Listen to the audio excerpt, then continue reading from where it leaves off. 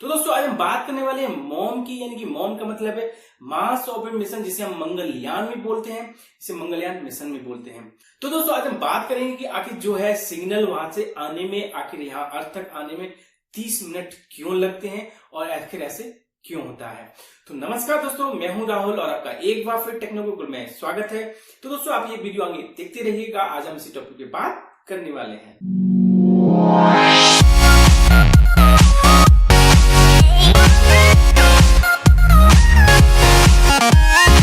तो दोस्तों जैसे कि हम बात कर रहे थे मॉम की, यानी कि मास ऑर्बिट मिशन, जिसे हम मंगलयान भी बोलते हैं, उसमें आपने एक इंटरव्यू काफी सुने होंगे उस समय। उसमें साइंटिस्ट बोलते हैं कि उनको एक सिग्नल रीच करने में, उनको एक सिग्नल लेने में, आपके मास से यहां तक आने में अप्रोक्सीमेटली उन्हें 30 मिनट यानी आधा घंटा का समय लगता था। तो इस सबको दोस्तों समझने के सबसे पहले समझना पड़ेगा कि लाइट ईयर यानी कि जो यूनिवर्स में आखिर मेजरमेंट कैसे होती है डिस्टेंस की और ये कैसे काम करते हैं। तो दोस्तों मैं एक वीडियो इस पे बना चुका हूं कि जो आपका मेजरमेंट होता है यूनिवर्स में कैसे होता है। तो आप प्लीज इस पे देख लीजिएगा, इस पे क्लिक करके, तो आप पूरी तरह समझ में आ जाएगा कि आखिर मेजरमेंट कैसे होती है। लेकिन दोस्तों अगर नहीं है तो इस वीडियो में कुछ ब्रीफली पूरा बताने की कोशिश करूंगा कि जो मेजरमेंट कैसे होती है। तो दोस्तों सबसे पहले समझने के सबसे पहले आपको समझना पड़ेगा कि लाइट की ट्रेवलिंग स्पीड क्या होती है, लाइट क्या होती है। तो दोस्तों जो ऑन एन एवरेज जो होता है आपका लाइट जो ट्रेवल करती है वो होती है 3 लाख किलोमीटर पर सेकेंड आपकी लाइट ट्रेवल करती है। इसका मतलब क्या हुआ दोस्तों कि जो लाइट है एक स्थान से दूसरे स्थान जा रही है, उसको केवल 1 सेकेंड लगता है 3 लाख किलोमीटर ट्रेवल करने में, 3 लाख किलोमीटर जाने में। तो दोस्तों जो आपका जो यूनिवर्स से बेसिकली जो डिस्टेंस नापते हैं हम इसे बोलते हैं लाइट ईयर के नाम से, यानी कि लाइट ईयर। लाइट ईयर का मतलब क्या होगा कि एक साल में जो लाइट ने ट्रेवल लिया है, कितना डिस्टेंस कवर किया है, ट्रेवल किया है, उसको बोलते हैं लाइट ईयर। तो दोस्तों अप्रोक्सीमेटली जो डिस्टेंस कवर करती है 9.5, यानी कि जो 1 लाइट ईयर बराबर होता है 9.5 ट्रिलियन किलोमीटर। तो यानी कि मतलब जो 1 लाइट ईयर बराबर होता है 9.5 × 10⁻12 किलोमीटर। तो दोस्तों ये क्या, तो दोस्तों जो लाइट ईयर है वो बेसिकली नापते हैं हम क्या, डिस्टेंस नापते हैं। डिस्टेंस नापने में हम यूनिवर्स की काम करते हैं, डिस्टेंस को नापने में कि हमारा एक अर्थ से कितना सन दूर है, या फिर हमारे अर्थ से मार्स कितना दूर है, मंगल भी बोलते हैं मंगल कितना दूर है। तो दोस्तों जो आपका जो मंगल है, जो अर्थ से मंगल की ऑन एन एवरेज जो डिस्टेंस है उसे हम बोलते हैं 225 मिलियन किलोमीटर। जो आपका अर्थ से दूरी है आपका 225 मिलियन किलोमीटर आपका अर्थ से दूरी है।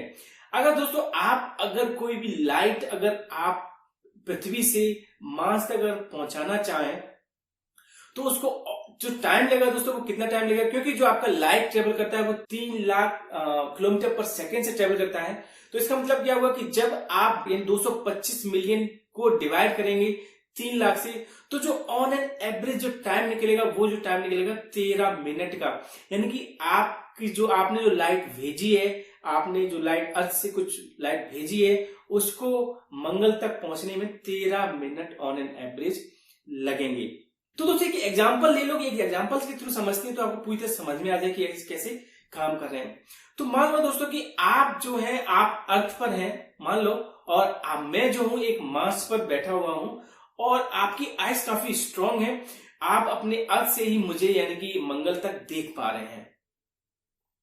तो क्या हुआ कि जो आपको दिखाई दे रहा है, यानी कि जो आपको मेरी तस्वीर दिखाई दे रही है, तो वो क्या होती है, वो तस्वीर है आपको जो दिखाई दे रही है वो 13 मिनट पीछे होती है, यानी कि 13 मिनट पास्ट की होती है। इसका मतलब क्या हुआ कि दोस्तों कि जो आप देख रहे हैं वो मंगल पर प्रेजेंट नहीं होता है, यानी कि प्रेजेंट टाइम नहीं होता है, वो 13 मिनट पास्ट का होता है। क्योंकि जो तस्वीर वहां से चल के आई लाइट की फॉर्म में, उसको टाइम लगा 13 मिनट तक आपकी आइज तक, आपके अर्थ तक आने में।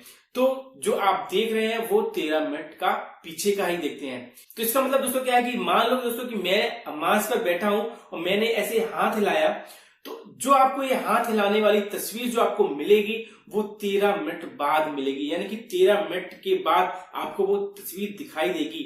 यानी कि आप जो भी देख रहे हैं मंगल का, वो 13 मिनट पीछे का ही देख रहे हैं।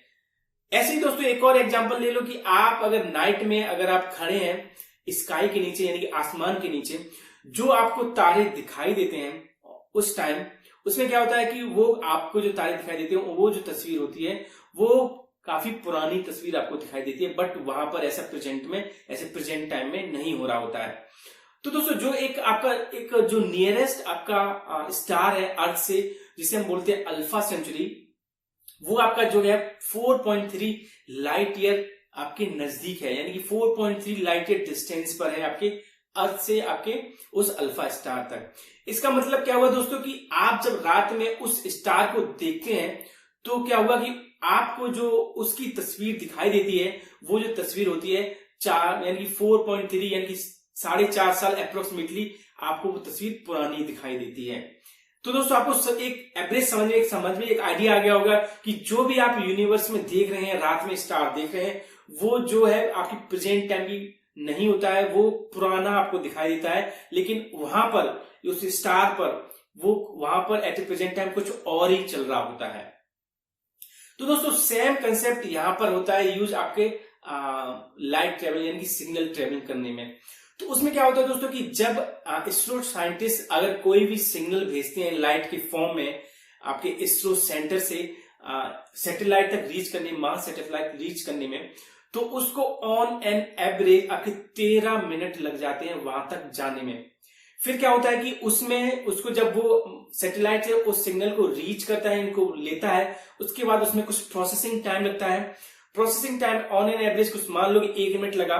उसके बाद क्या हुआ कि उसने फिर सैटेलाइट ने उस सिग्नल को भेजा इसरो सेंटर पर, तो उसको फिर उसके ऑन एन एवरेज 13 मिनट लग गए। तो दोस्तों क्या हुआ कि ऑन एन एवरेज जो 13 क्या हो गया 26 मिनट तो उसको ट्रेवल करने में लग गए, उस लाइट को, उस सिग्नल को। उसके बाद जो आपका प्रोसेसिंग करने में टाइम लगा, जो उस सैटेलाइट में प्रोसेसिंग करने में टाइम लगा, वो सपोज मान लो 2 मिनट का टाइम लग गया। तो दोस्तों जो ओवरऑल ऑन एन एवरेज जो टाइम लग गया आपका 28 मिनट, यानी कि approximately half an hour time लग गया आपका एक सिग्नल को वहां से इसरो सेंटर से भेजकर उसका रिजल्ट पाने में। जो दोस्तों इसरो सेंटर के साइंटिस्ट को जो मार्स सैटेलाइट ने जो तस्वीर भेजी है अपने कैमरा से, वो क्या है कि कुछ ऑन एन एवरेज 14 मिनट पुरानी होती है, क्योंकि उसमें जो टाइम लगा इसलिए वो कुछ 13 से 14 मिनट पुरानी होती है। तो दोस्तों मैं आशा करता हूं कि आपको ये पूरी तरह क्लियर हुआ होगा कि आखिर जो मार्स है सैटेलाइट में सिग्नल कैसे भेजते हैं और आखिर कितना टाइम क्यों लगता है। तो दोस्तों इसके साथ साथ अगर आपका कोई क्वेश्चन है या कोई सुझाव है तो उसके लिए प्लीज कमेंट करना ना भूलिएगा, और इसके साथ साथ लाइक, शेयर एंड सबसे बड़ी बात सब्सक्राइब करना ना भूलिएगा। तब तक के लिए नमस्कार।